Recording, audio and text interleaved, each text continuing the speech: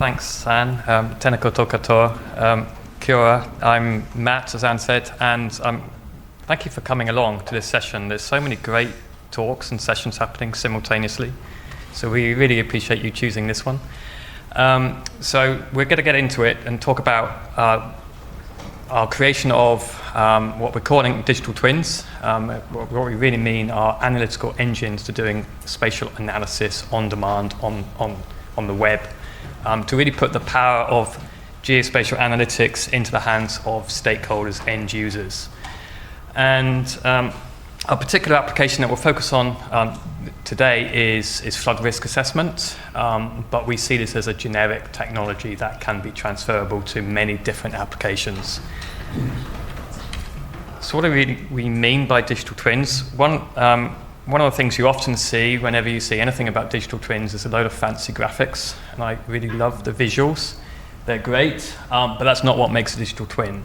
What makes it is the automated ingestion of spatial data and then the analysis of those data on demand in real time or near real time. So live data streaming and then automated analysis of those data. The example you see here is a cool digital twin developed just down the road in Wellington. The visuals look great, but actually what you're seeing are analysis of things like bus routing, bike routing, that sort of thing, done on the fly. And it enables things like planning and so on. So we're thinking of digital twins in a slightly different way, slightly less urban and less level of detail, more of a broader scale, more of an environmental application. And Luke is the core software engineer, and so what we're developing is a generic environmental digital data intelligence engine, or EDI, and we're using that as the core of our digital twin development in multiple different applications. Luke, we're going to tag team this. Yeah. So with our framework EDI, which is, we're actively developing it, producing new plugins and modules, and those modular plugins can be used for any kind of geospatial modeling domain. So one example is obviously the flood risk analysis. We also look at pollution tracing, and I'll go through some other use cases as well. Essentially, these plugins allow us to run complex models and automatically ingest the data required for all of them so that we can run them on demand. And right now we're partnering with AWS through University of Canterbury Digital Services supports us. It's not cloud specific, it can run on premises, it's just AWS allows us to do the kind of scaling required if large amounts of modeling requires heavy compute resources. Yeah, and pull requests are welcome. We're hoping to build a bit more of an active contribution base. So different projects that use the EDI framework. I'll start at the top. The top center prototype flood resilience digital twin was a program that started in 2021, I think. So, yeah. And that started developing the whole idea of these environmental digital twins in our context. An offshoot of that became the carbon neutral neighborhood dashboard, which didn't really have much analysis, but it used the visualization end. And then we started spinning out into multiple different domains. We've got virtually flooded, which uses the same modeling software and stack, but puts it into virtual reality instead of a web front end. We've got the Smart Ideas extension project, which just further enables the flood modeling to put more control into the hands of communities so that they can present their own nature-based solutions to reduce flood risk. And I think you'll be talking more about that soon. And then the Otakoto Digital Twin was a project last year with Christchurch City Council, which models the stormwater pollution sources for the Avon Otakoto River that runs through the centre of Christchurch. And that one uses the Medusa 2.0 model developed at University of Canterbury. And we've got future projects as well, but I'll step aside for now. So it all started really with the challenge that we have in flood risk assessment, which is actually my background as a researcher. One of the key challenges we have is we have to ingest and process a very large amount of data. And so this concept of the idea of automating that process and putting it in the hands of the end user was born, and that has now morphed into being a generic method for multiple different applications. We'll show you a couple of examples in a second, but we'll go through primarily in terms of the flood risk. And this, of course, is built across, we'll show you the stack in a second as well. It's built across multiple different open source libraries, and we see it as really a collection of those libraries in order to form this collective whole of the open source digital twin.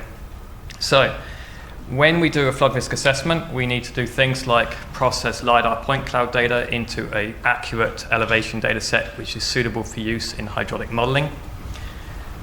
We need to generate some kind of scenarios, and those might be from past events that you've got data for, or it might be from standardized scenarios of future risk. And in this case, you're seeing a rainfall scenario, a high tide scenario, king tide, and a river design hydrograph over time. The more scenarios we can run, the better for the end user, because it provides more information for decision making. Each of those scenarios needs to be run through a hydraulic model, and so traditionally what we would do is visualize that in terms of an animation like this over time. You can see the tide come in and out. This is Kaipoig north, a small township north of Christchurch, and it's a very interesting area in terms of flood risk because it has got extreme flood risk from the sea as well as from the rivers, and pluvial rainfall flood risk as well. And so you see large areas across the floodplain flooding. It's a very flat area. In fact, a lot of this area used to be wetlands before it was drained. And so, of course, where the blue bits are on this map we're really interested in, and we would analyze those in terms of finding which buildings are flooded, what depth are they, when were they flooded, how were they flooded in different scenarios, and so on. We could do the same thing in terms of roads. Which roads are flooded? Are they passable? We can do network analysis to figure out, are we able to get from one place to another? And all that analysis, you can appreciate that's a lot of work that goes into that. And so our question as part of this project is, can we develop this software framework to enable us to automate that and enable users to run their own scenarios and then generate the analysis really on demand? That's where this whole concept came in a few years back. And Luke, here's where we've got to. Yeah. So one of the key parts of starting to model a scenario is choosing your area of interest. For this instance of the digital twin, I've locked it down to the Kaiapoi area, but for the open source version, users can click and drag a rectangle essentially over any area that they'd like. We're focused on New Zealand right now. So, is it playing? Should be. Yes. Yes. Okay. So here, simply selecting mostly sea level rise scenarios here, and we've got it restricted to 100-year 1% AEP design storm. And it quickly finds a pre-run model. We can either run them, or this would generate by itself, and it quickly pulls it in. To run these kind of models for an area that big, it takes about 15 minutes per run. So having all of the data pre-cached just allows us to pull it through much faster.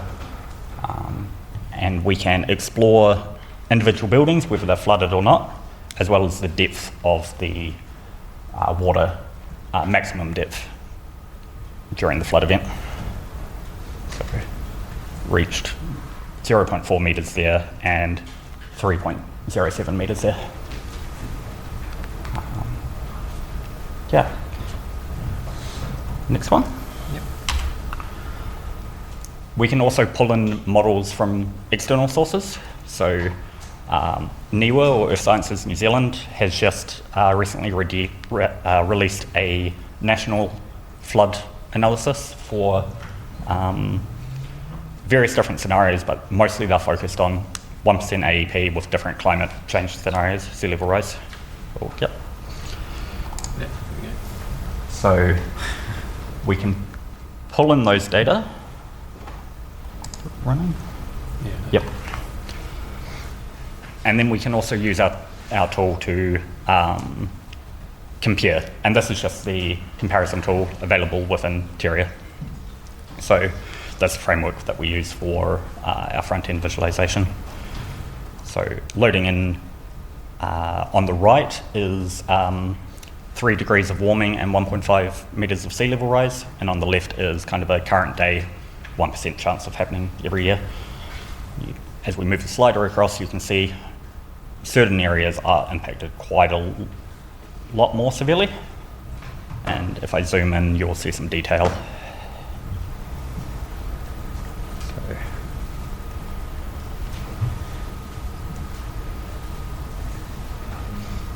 So some of the areas in the middle top weren't flooded and now are definitely going to be flooded. Well, in this particular model run. And you can see the impact of the depth changing as well.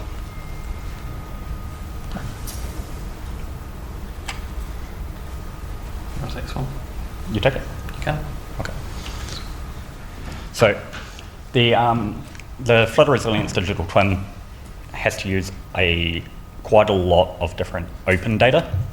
We're focused on open data. The core input is a user defines an area of interest. From there, we're able to check if any data for that area of interest already exists. If it does, we can skip a lot of the pre-processing stages. But if it doesn't exist, then we're going to have to generate some of that. The LiDAR point cloud that we use to generate our hydrologically conditioned DEMs, that's quite a heavy process. It takes quite a long time. It's very CPU intensive. So that's one of the key things that we like to cache for large areas at a time, but it doesn't change very often. We also take input data from other open sources like OpenStreetMap, Lins, Niwa for river information, tide information, roads, buildings, etc., infrastructure. Download this all into our local databases so that we can run our analysis on it, and from that we can produce these scenarios. So the scenarios get formulated into model input files for, in our case, either BG flood or Liz flood FP, which are particular flood model implementations. So BG flood is what we're focused on in this case. And then the results of those get added back into our databases so that if someone runs the same scenario as another person, instantly they get the results back. If they run something that's slightly different, only some of the pre-processing has to be updated. And then we store it in GeoServer to be, we use GeoServer to read our database to serve it out to Cesium and Terria, and also in the sister project, Virtually Flooded, we use virtual reality. Okay, thanks, Luke. So that's where we've got to in terms of the development of the pipeline. But where are we going? We've got some funding at the moment to expand this digital twin into catchment-based systems, but it's coming from the same viewpoint, putting the scenario development into the hands of end users so that they're able to make better decisions. But in this case, we're focused on, in particular, Maori communities and natural flood solutions at the catchment level. So currently we're implementing a hydrological model alongside the flood models that are already implemented within the digital twin framework. And that will enable a user, for example, to draw a forest on a map to say we're going to have a reforestation of this location, and then automatically generate a difference analysis of what difference does that forest make to the flood risk downstream, but we're also ensuring that the co-benefits of those implementations, those interventions, can be taken account of. So in native forest planting, for example, will have a really positive benefit in terms of biodiversity. So we want to make sure that is accounted for too. That's running over the next couple of years, and so maybe we'll be back, maybe in Japan next year we can go. I'd like to go to Japan. And we'll present on that work. Alongside this work, we've also, we started in terms of flood risk, but we've kind of morphed this into a generic tool, and then we've repurposed a lot of the code and made it kind of more general purpose, and we've developed the Atakara digital twin. That's focused on visualizing council data, you'll see in a second, but also running an analytical engine to do water pollution analysis. So what pollutants are running off built surfaces, including roads and roofs, and quantifying those in not currently real time, but it will be near real time in soon to be developed area. So we quantify based on previous rainfall and the road surfaces what the pollution runoff is like to be. And here's the implementation. It looks quite familiar because it's also based on the Terrier.js visualization front end, which has been really helpful for us to be able to sort of speed up the development timeline. And you can see all these layers that you can see there are all open data from Christchurch City Council, so you can bring those all in. And then you just saw a scenario be run for a rainfall event, and that rainfall, that then provides predictions of, in this case, total suspended solids, but also things like zinc and copper runoff from surfaces, to be able to query that for the end user. So in the development timeline, we're going to be bringing real-time rainfall data into this and having a real-time prediction of those pollution runoffs, and looking at what happens to them downstream, so feeding them into water models as well. So, Eddie tech stack. Yeah. So, of course, this is all built on open source software, and it's open source software itself. We use mostly Python for our code, so Flask handles the API requests. We use a small library called PyWPS, which supplies the OGC compliant web processing service inputs into our API. We use right now Celery to handle long-running workflows and tasks, but we're also looking potentially into Apache Airflow. PostGIS stores all of our vector data and metadata for rasters. GeoServer provides the web interfaces, of course. I hope most of you are familiar with GeoServer. And Terrier and Cesium run the front-end interface. Cesium now has the ability to use web processing services, so we're able to run models from Terrier, which is great. A bit complex. Yeah. And then this one is really our kind of platform infrastructure in AWS. It's an example for the Atakara instance that's currently running.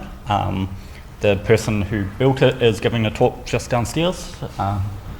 But essentially, it's all containerized. Different containers have to share a little bit of elastic file system volumes, so they can communicate over the file system, mostly so GeoServer can serve rasters that are being processed by the Celery workers. And everything else is pretty standard AWS magic. If you've got questions, come see me after the talk.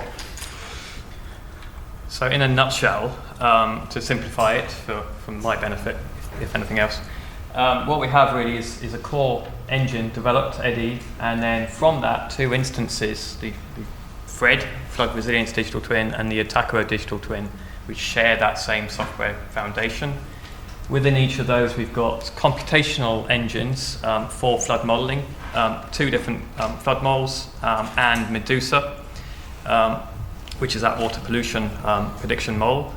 And we have 3D web-based visualization, and we are also working on piping data directly into virtual reality. One thing is that because of the way it's developed, we have API linkages, which is what we're using to bring data in, but we can also send data out as well. So what I see and kind of call for is an ecosystem of digital twins to be developed, whereby our digital twin might be doing this, bringing environmental sensor data in and so on, but it will be obtaining data from multiple other digital twins that have been developed elsewhere. And of course, the key thing that enables all of this is open geospatial standards. And so I state that really clearly, that's super important to enable us to do all of this work, all that standards work that perhaps doesn't always get the credit it deserves. It's absolutely foundational to enable us to do this sort of development work. Just to end up, a few credits. It's not just us two doing this work. Well, when I say us two, I mean Luke. It's a large development team in terms of like the end users, stakeholders, as well as developers that are involved. There we go. That's it. We're talking again on Friday, like the last talk. 2:30 p.m. 2:30, where we're taking those flood model outputs and then feeding them into the virtual reality. And so you can sort of see some visualizations like this, which is all generated from open data. So what we have is a generic software stack, Eddie, fully open source, very welcome engagement. I'm very much happy to chat about that. And we've got 2 implementation instances. And so with that, I'll wrap up, and thank you very much for coming along.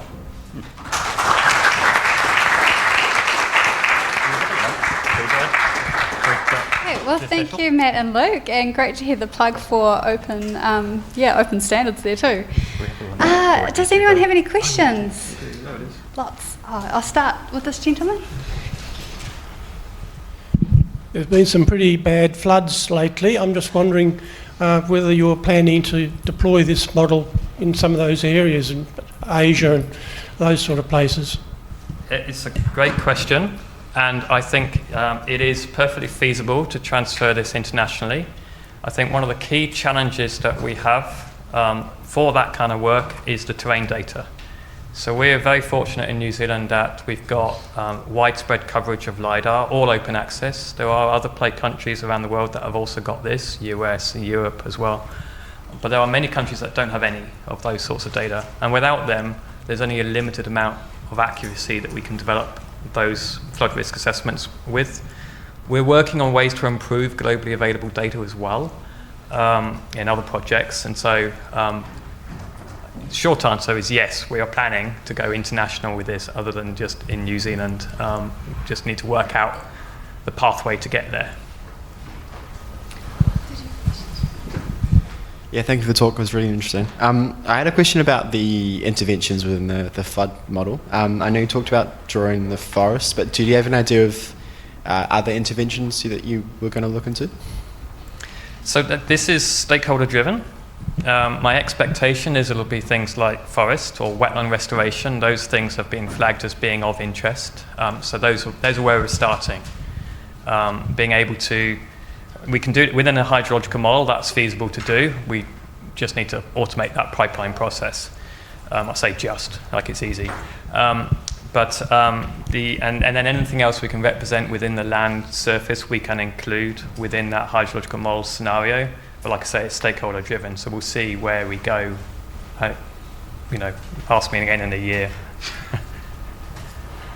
Following on from the Asia and other places where it might be useful, you mentioned that having elevation data available is important, and the resolution. How big of a difference does that make, having high resolution data? How much of a difference in the flood modeling do you notice if we have like a 1 meter DEM for all of New Zealand, which is fantastic, which most places don't have. Does it work as well with some reduction or large reductions in resolution?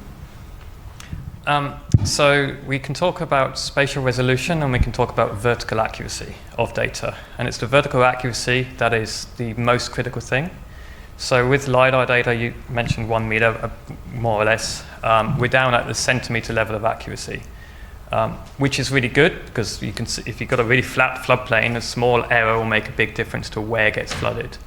With global data sets, as fantastic as they are, we're talking about 30 meter resolution, but 3, 4, 5 meters vertical error. And so what we need to do is get those errors down in order to have an accurate flood assessment. And if we don't, it means that people will zoom into a particular location, see whether an asset, a building is flooded, and there's a good chance that they'll be incorrect. And so if you want to have lots of scenarios developed, we need to get that accuracy where it needs to be. Yeah. Do you have a metric for our latest accuracy results? So this is tested in France, but we've got the accuracy, the error down to, I think it's like 80 centimeters now, at 10 meter or so resolution from global data. But that needs verification in other locations. But we're working on that. It's a completely different topic. But we're using deep learning methods in computer vision to help improve those global elevation data sets. That might be a talk for next year too. Yeah, maybe. Oh, yeah, one back here. Thank you for the talk. This is a question about portability of your code. The users only have to run it through your AWS inference, or they can actually tweak it? No. Sorry, I'm not sure if I got 100% of the question, but I'll give my answer, and if you've got questions, bring it up. So it can run on any kind of infrastructure. It can run on AWS or on-premises or virtual machines or however. But we've actually got an implementation here with that link, which means people can log in, see exactly what you've seen in the video and have a little bit of a play around. It's running on a smaller DigitalOcean droplet right now, so I'm not sure how well it will go for this many people logging in at the same time. But does that answer your question? Or? Can I add something? Actually, yes. It looks like we can only use your server at the moment. No, you can. There's a Docker image as well, and all the code is there for implementation. So you could set up your own server and run your own instance of the entire stack. Yeah. Thank you. Amazing work. I would like to ask, how do you approach area of interest for flood modeling versus the catchment size kind of affecting that area of interest? Good question. It's something that we've pushed to the deal with that later category. If a user went on and tried to draw a very large area of interest, it would struggle to run models. Or we could do it, but it would take a long time. And so we need to get that balance right. And currently, with this implementation here, we've restricted that because we have to pay for the compute as well. So I think at some point we need to go through that process of working out the balance between area of interest, compute time, and cost. And so we're figuring that out as we go, and we'll take any recommendations you have as well. Part of that, the BG flood model that we've used here does quite well at fine scale, but at large catchments is quite slow. We're looking at using hybrid modeling approaches, so we use a coarser model at catchment level and refine down. We're model agnostic, so we can swap out different models depending on what is appropriate. And the reason for developing on AWS is because we can spin up compute as needed on demand, which is specifically for that community-based implementation. But there's other ways to do that as well, including on your own server cluster, perhaps. Great. Well, thank you so much for your talk today, and we look forward to hearing more on Friday. So Yeah. You're welcome. Thank you.